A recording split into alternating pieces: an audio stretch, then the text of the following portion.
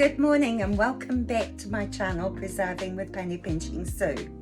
Today I'm going to be making a huge batch of pumpkin soup base, but I thought I would just do a small batch to start with, just to show anyone that's beginning their canning journey with one of these little Instant Pot Pro Pluses, so that you know some of the reasons why you can do or not do certain things. And pumpkin is one of those things that can be quite unsafe if you puree it. When you're working with pumpkin, it's really important before you cut it is to give it a good clean. I spray mine with vinegar solution, give it a good wash to kill any bacteria on the pumpkin before you cut it. So this has all been sprayed clean before I've cut it. Then you cut out the middle bit and the skin off. When I've done that, I just give it a quick rinse.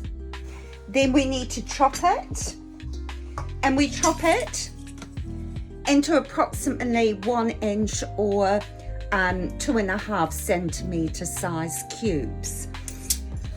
Sizing is important. And pumpkin is one of those special things that we need the heat to penetrate into the pumpkin, and so we have it certain size because of the density. So we want I cut those end bits off and save those for my soup mixers, put them in the freezer. So just roughly 1 inch or 2.5 centimeter cube, and I'll continue with that so we get a little bit like this. Today we're going to be working with this small Instant Pot. So I've worked out for the recipe that for each 500 ml jar I need just under half a kilo of pumpkin. For the canner, I've got these 500 ml half-litre jars. They are screw top jars, and I'm okay with that. So screw top jars are fine. This sort of jar is fine too. However, the wider the jar, the better, because it's easier to get the pumpkin in it. These are much harder to fill with the narrow necks. So there's different kinds of jars. You can use the ones with the seals and the rings, or with the screw top. Now these are 500 mils, and for the half-litre jars or pint jars, the processing time is 55 minutes. If you go over 500 and go up to the litre or quart size jars, then the amount of time of pressure canning goes up to 90 minutes. So this jar is 700 mils. So even though it fits in the canner, I would have to increase the temperature time for that 700 mils. And say I mix the two sizes, even though that's 55 minutes, I would still have to go 90 because this jar's bigger. So I'm just going to do the half-litre jars and put that to one side. And I will be doing the big 1 litre jars in my big Presto canner. Pumpkin is one of those things that, because of the density, we do need to keep it as a whole, not mashed up. And you can see with the pumpkin here, once it's been processed, the big chunks.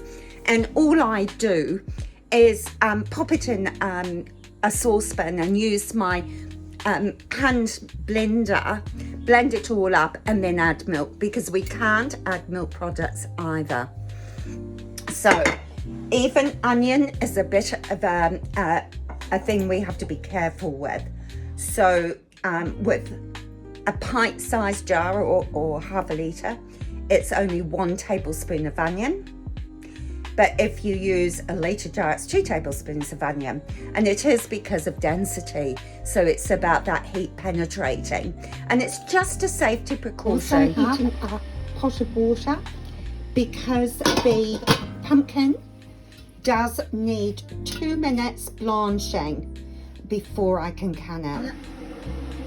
Because we're going to be using hot pumpkin and hot brine or water or broth, we need hot jars. So I filled up the pressure canner to number 1, put some hot tap water in the jars, and I'm going to just leave them in there to keep warm. So we'll just put the lid on, and then we're just going to press the keep warm, okay, because that's all we want to do. We want to keep warm and start. So it is just going to keep warm. Blanching is very simple. I've just got my hot water, and I've got a special blanching pot, but if you don't, then don't worry, just put it in your water. And I'm just going to put more hot water in this, and you can always put it through a colander afterwards. Now it needs to come up to a boil for at least 2 minutes. 2 minutes timed when it's come up to the boiling point. Chicken broth. There's cans. I've got quite a few jars here. And if you would prefer, you can use your own vegetable bouillon stock. Just, you need to make it up first with hot water, or your homemade veggie stock. I'm using my chicken broth, and I'm going to just put it on to heat. I'm not going to measure it because I do need lots today. So I'm just going to get that on the hob and heat it up. Rolling boil. I will time it for 2 minutes. It's gone off. I've lifted it out, and so that is ready to can up now. Now I'm going to cancel the timer on this because they've kept warm, and I need to take the lid off.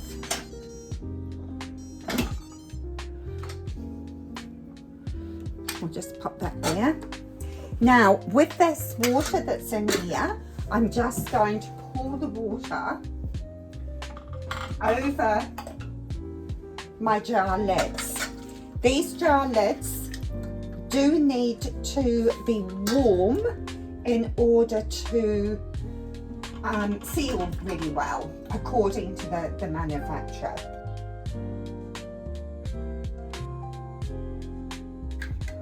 Just want to show you that we need the pop down lids, the lids that pop down, not the flat lids. So don't use the lids that don't have the pop down button. We'll put that back on just to keep it warm. Now I was going to show you my recipe. It's an ordinary pumpkin soup recipe, but I've had to reduce the onion.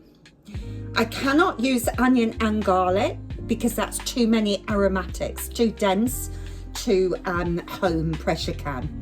So I will add some onion, and I will omit the milk. So apart from that, we're good to go. And we're just going to can up our pumpkin.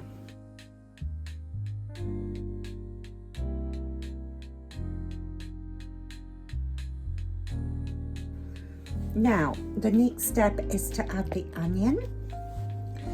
I will add 1 tablespoon of chopped onion, and you do need to be careful that you don't add more because it's an aromatic, and the density of it, we can't add lots. So I like to go by the wisdom of tested recipes. So in each jar I've got 1 tablespoon of onion, filled it up with pumpkin. I'm going to put in 1/4 teaspoon of nutmeg to each jar, And I'm going to add some curry powder, and that's half a teaspoon to each pint or half litre jar. It's got the broth off the hob, so that's nice and hot. And we're just going to ladle it into the jars, and the jars are hot, so there won't be any thermal shock issues. We want to leave an inch head space. If you want to add salt as well. I forgot to add salt, but I can do that now. And really it depends whether you're using, if you're using something like the bouillon, it's actually got lots and lots of salt in it. So, but my homemade bone broth doesn't have lots of salt, so I will add just a little bit of salt to each of these two. Let's just add a little bit of salt. I think I'll just add a little bit of salt to each. Maybe half a teaspoon is enough. I don't like the food too salty. Okay, so that's the salt. It's important to have one of these tools or a chopstick just to make sure there's no air bubbles. I can add a little bit more pumpkin to that.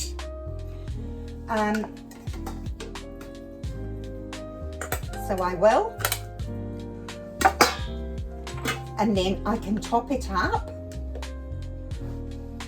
Add space. Now it's important to wipe down the rim. So I'm just going to get some hot water.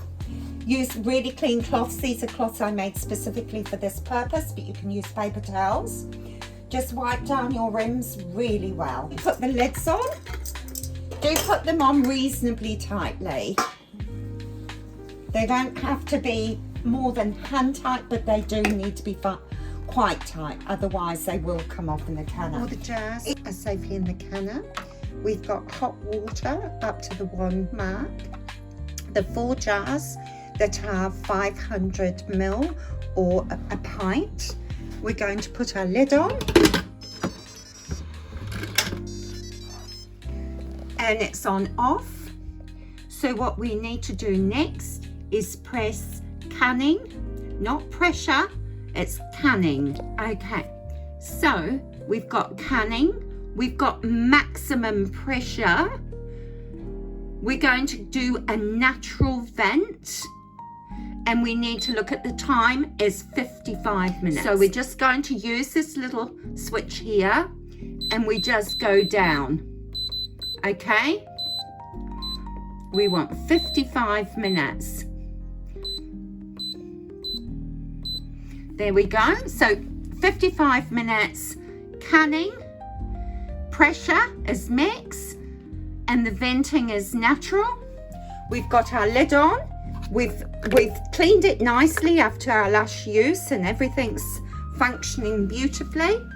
And all we do is press start. And that's it. The actual recipe, if you've only got a small canner, this is great. It's on, it's preheating. When it comes to cooking, we'll get the red light, and then you won't be able to open the lid at all. So we'll come back to that later.